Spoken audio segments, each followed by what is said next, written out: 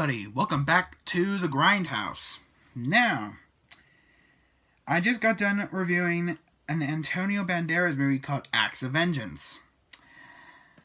Oh my god, this movie it is really unhinged, but it's awesome. It really is a badass movie. It's awesome. And I just gotta mention, I think Netflix just likes Antonio Banderas because when we were looking at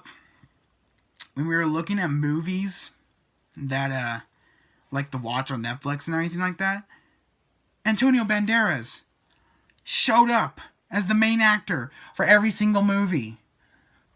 Every movie Antonio Banderas was in. Literally. I mean, at least 3 of them. And so it was like, hey, let's have an Antonio Banderas marathon. So we watched Acts of Violence. So the next movie I'm going to review also stars him, and it's called Security.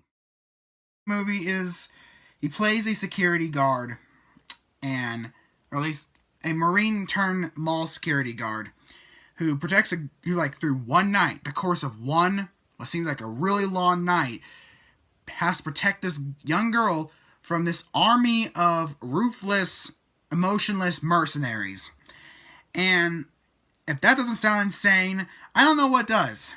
So, this movie, like the first one, is unhinged. It is unhinged as hell. I don't know if unlike the first one, I don't think this one brings anything new to the whole genre of action thrillers, but it really was unhinged. And the acting was really cool. I actually really liked the acting, at least some of it.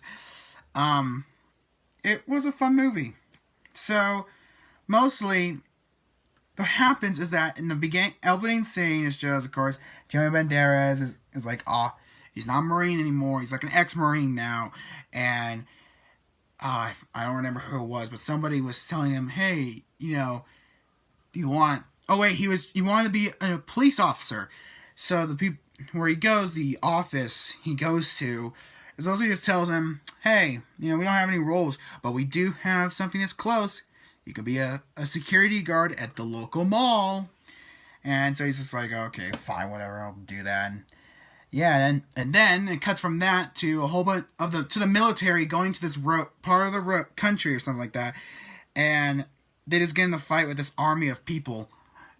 And apparently the bad guys, the obvious bad guys here want this little girl.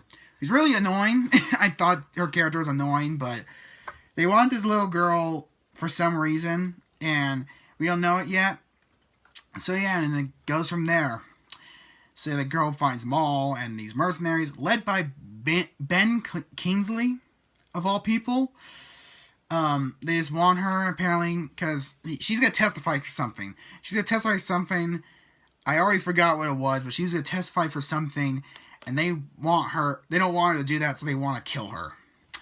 So yeah, and then it becomes like so much ridiculous action fun. It's just, and the funny thing is, there are so many things that were in the first Purge movie that are in this movie, which leads me to believe that this was some sort of spin-off of the first Purge movie, like some sort of action spin-off of that movie. I literally, because I'm a Purge fan, everybody knows me, knows that I'm a huge fan of the Purge franchise, so I couldn't help but notice that they had these hints, and this movie turned out to be like a spin-off of the Purge movie, or the first one, I mean. And I was like, oh, it kind of ruined it for me, because that took away the originality. I mean, I don't know, no, it didn't, because as long as it did it in an original take, which I think it did, it was original enough. It was fine. It was awesome. But that didn't ruin the movie for me. I thought it wasn't as good as Acts of Vengeance, at least in my opinion, but I thought it was a really fun movie. It was really fun.